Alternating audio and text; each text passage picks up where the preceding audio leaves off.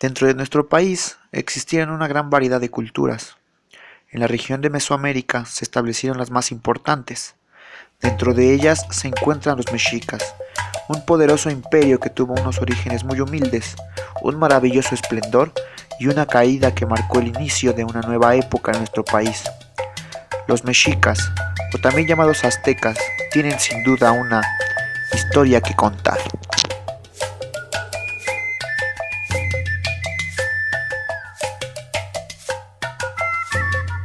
De lo poco que se sabe de los orígenes de los mexicas, gracias a las fuentes históricas como el Códice Xóotl, la tira de la peregrinación.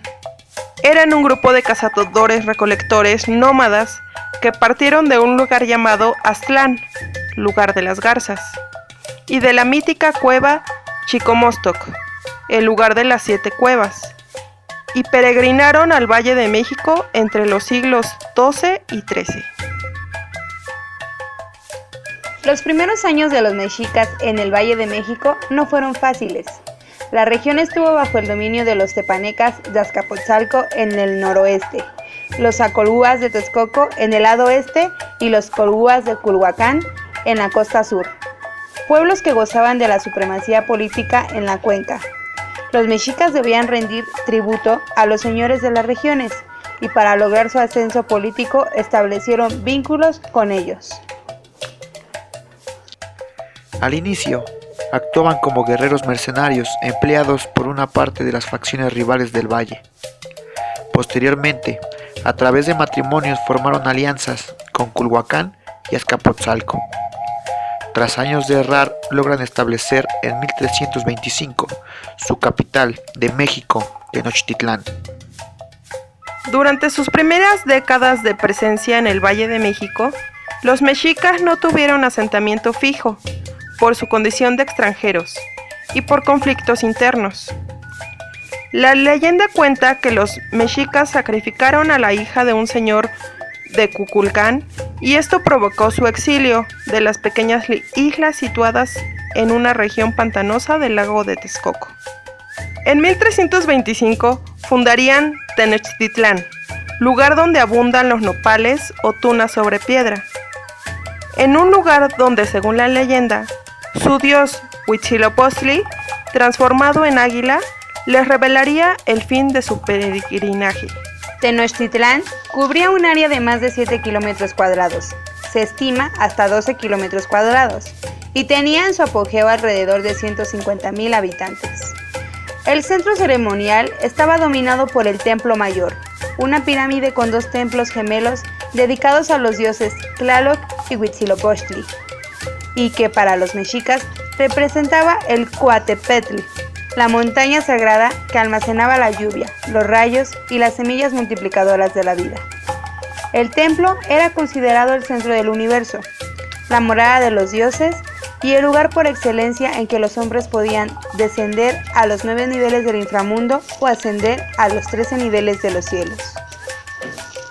La ciudad de Tenochtitlán se dividía en 4 barrios o tlaxilacaltin principales: Moyotlán, Cuepopan, Atzacoalco y Teopan, separados por calzadas que corrían en dirección de los 4 puntos cardinales. La conquista de Tlatelolco en 1473, esta ciudad se convirtió en un 5.º barrio. Cada barrio estaba dividido por calpulis, que tenían sus propios dioses, templos, líderes y funcionarios. Las familias se establecieron en predios con las habitaciones agrupadas alrededor de un patio con 2 puertas, una que daba a la calle y otra que daba a las chinampas.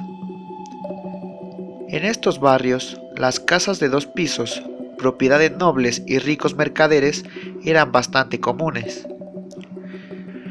Los encargados de los calpuli se dedicaban a la limpieza de la ciudad. En algunas calles había braseros para incinerar basura y para los habitantes existía un sistema de letrinas, colocados en puentes sobre los canales, de manera que el excremento se iba acumulando en las canoas que posteriormente lo trasladaban a zonas específicas para procesarlo y venderlo como abono agrícola y como ingrediente para el curtido de pieles. Las calles de Tenochtitlan eran de tierra o canales y era posible llegar hasta el recinto sagrado en canoa. La isla se conectaba con las riberas a través de 3 calzadas: la de Iztapalapa, actualmente Calzada de Tlalpan y Avenida San Antonio Abad; la de Tlalcolpan, actualmente Calzada México-Tacuba; y la de Tepeyac, actualmente Calzada de los Misterios. El tráfico y los embarcaderos estaban rigurosamente ordenados. Las principales avenidas de acceso contaban con puentes levadizos para dejar pasar a las canoas. Gracias a la técnica chinampera, la ciudad fue creciendo, pero al ser una isla siempre lidiaba con graves inundaciones.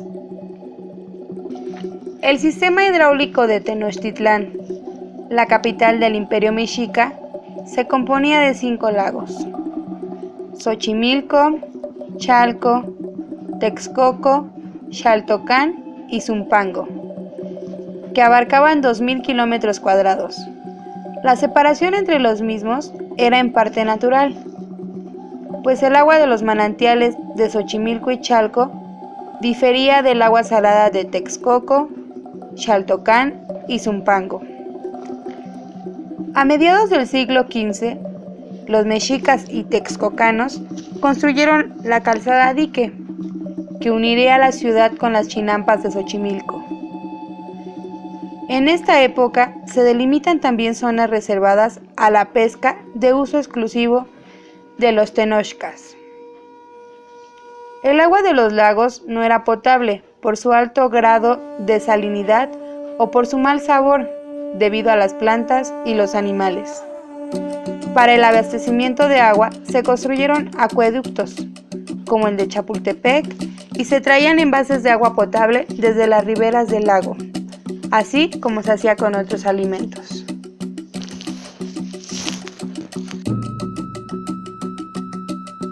Una vez establecidos en Tenochtitlán, los mexicas mostraron tenacidad y se mantuvieron unidos, sirviendo a los pueblos de Culhuacán y Azcapotzalco principalmente. En 1375, los mexicas consiguieron tener su primer tlatoani reconocido por las demás ciudades-estado del valle, Acamapixtli. Reconocido guerrero e hijo de un mexica y una princesa de Culhuacán, él y su hijo Huitzilihuitl, quien se había casado con una hija del poderoso señor Tezosomoc de Azcapotzalco, participaron junto a los tepanecas en la conquista de Mixquic, Xochimilco, Cuitláhuac y Cuauhnáhuac, hoy Cuernavaca. Su vinculación dinástica y la experiencia militar como mercenarios les resultaron muy útiles a largo plazo. Estaban familiarizados con las tácticas de los capitanes de guerra de los alrededores y recurrieron a esta gran ventaja para vencer a los tepanecas de Azcapotzalco, en alianza con los texocuanos de Nezahualcóyotl y los tlapanecas de Totoquihuastli, un grupo disidente de tepanacas. Tlacopan, Tacuba, en 1428. La derrota de Azcapotzalco fue consecuencia directa de una serie de guerras por la sucesión de Tezosomoc de Azcapotzalco, quien había muerto en 1426.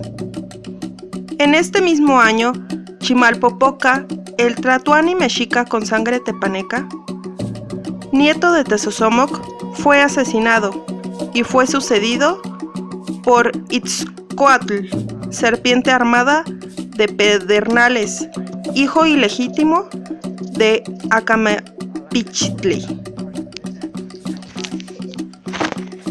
Las ciudades-estado vencedoras formaron la Triple Alianza, y a partir de entonces esta unión de ciudades-estado, o Altepetl, Cerro del Agua, extendió su dominio sobre la Cuenca de México y sobre gran parte del centro geográfico del México actual hasta la llegada de los españoles 91 años después.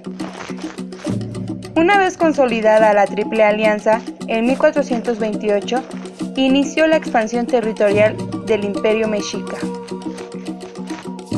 En su primera fase abarcó el Valle de México y partes de Guerrero, Morelos y Puebla. Con Moctezuma y Ilhuicamina se expandieron hasta Veracruz y Oaxaca. Axayácatl consolidó el dominio de los mexicas sobre el centro de México e incorporó el Valle de Toluca para luego sufrir una derrota ante los tarascos de Michoacán, hecho que significó prácticamente el fin de la expansión en esta región. Con Ahuizol, los mexicas llegaron a conquistar la Huasteca, las costas de Michoacán, nuevas regiones de Oaxaca y el Sozonusco en Chiapas. Con Moctezuma Xocoyotzin, el imperio estaba consolidando su poder en Mesoamérica, incorporando nuevos territorios en el sur, presionando en particular a los habitantes de la región de Tlaxcala. El establecimiento de este imperio se hizo posible gracias a su poder militar y a una serie de estrategias y acciones.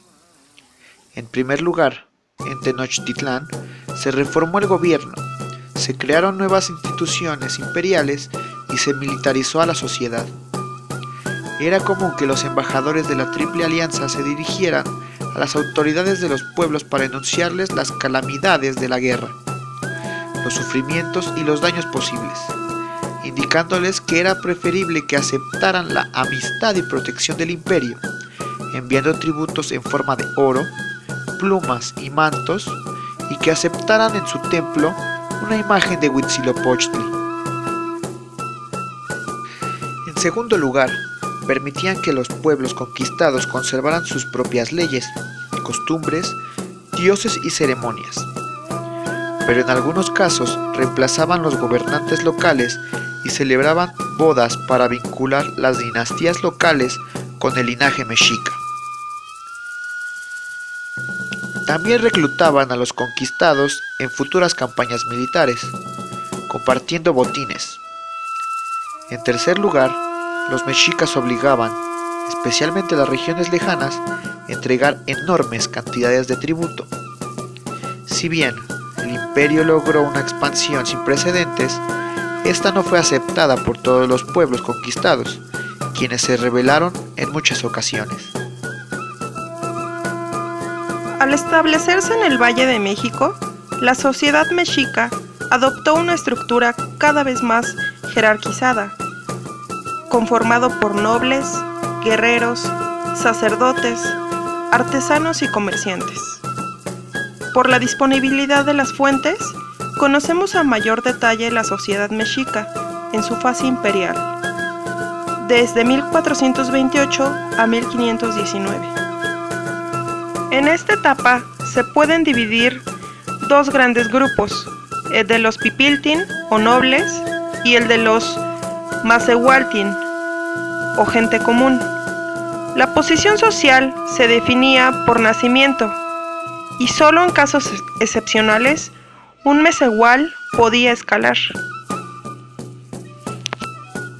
Los pipiltin realizaban tareas relacionadas con el gobierno, la justicia, la organización de la guerra y el culto religioso, y vivían de los productos de los macehuales, y los pueblos sometidos tributaban al palacio y al tlatoani, distribuido periódicamente. Los macehuales eran agricultores, pescadores, artesanos y trabajadores de otras especialidades, que se organizaban en el calpulli. Los artesanos y los mercaderes pochtecas no pagaban tributo con trabajo, pero sí en especie, y los últimos no tenían la obligación de ir a la guerra. Los pochtecas, originarios de Tlatelolco, contaban con ritos, ceremonias y un código jurídico y económico propio. Gracias a su presencia en todo el imperio, actuaban en muchas ocasiones como embajadores, diplomáticos o incluso espías. También los yaoteca o guerreros jaguar y águila gozaban en tiempos pacíficos de una situación de privilegio. Bailaban, bebían cacao, disfrutaban de la compañía de cortesanas. Si alguno de estos guerreros llegaba a viejos, se dedicaban a instruir a los jóvenes en las escuelas. En la base de la pirámide social se encontraban los campesinos no libres o mayeques, quienes trabajaban las tierras de los nobles y dependían directamente del tlatoani. Los cargadores o tlamemes, los esclavos o tlacotli y los cautivos de guerra o mamaltin. La principal actividad económica era la agricultura. Los macehuales utilizaban diferentes técnicas de cultivo como las chinampas y las terrazas. Las herramientas agrícolas que utilizaban eran la coa y el bastón plantador. La producción básica consistía en el cultivo de maíz, frijol, calabaza, amaranto, tomates, cacao y chile, entre otros. Se ha calculado que las técnicas de roza y quema en las tierras requerían de 1.200 hectáreas de tierra para poder alimentar a cientos de familias, mientras que el mismo número se podía alimentar solo con 86 hectáreas de chinampas. Aunque su extensión no era lo suficientemente grande como para alimentar la población creciente de Tenochtitlán, y era necesario importar algunos alimentos, las chinampas proporcionaban los pilares agrícolas para los habitantes de la ciudad. El segundo pilar de la economía mexica era el comercio. Practicaban el comercio a corta distancia, en el valle de los pueblos circundantes, intercambiando bienes a granel y productos de consumo básico. Los Pochteka eran los comerciantes que controlaban el comercio a larga distancia, intercambiando bienes de lujo. Ellos contaban con tlamemes, cargadores y guerreros que recorrían los caminos a largo y ancho de Mesoamérica. Importantes mercados interregionales fueron los de Tlaxcala, Cholula, Texcoco y Acolman, en el centro de México, y otros dos significativos fueron los de Xicalanga, en el Golfo de México, en donde se adquirían productos provenientes de Yucatán, Honduras y las islas del Caribe. El otro se encontraba en el Sozonusco, de donde importaba el cacao, plumas de quetzal, jade y otros materiales preciosos.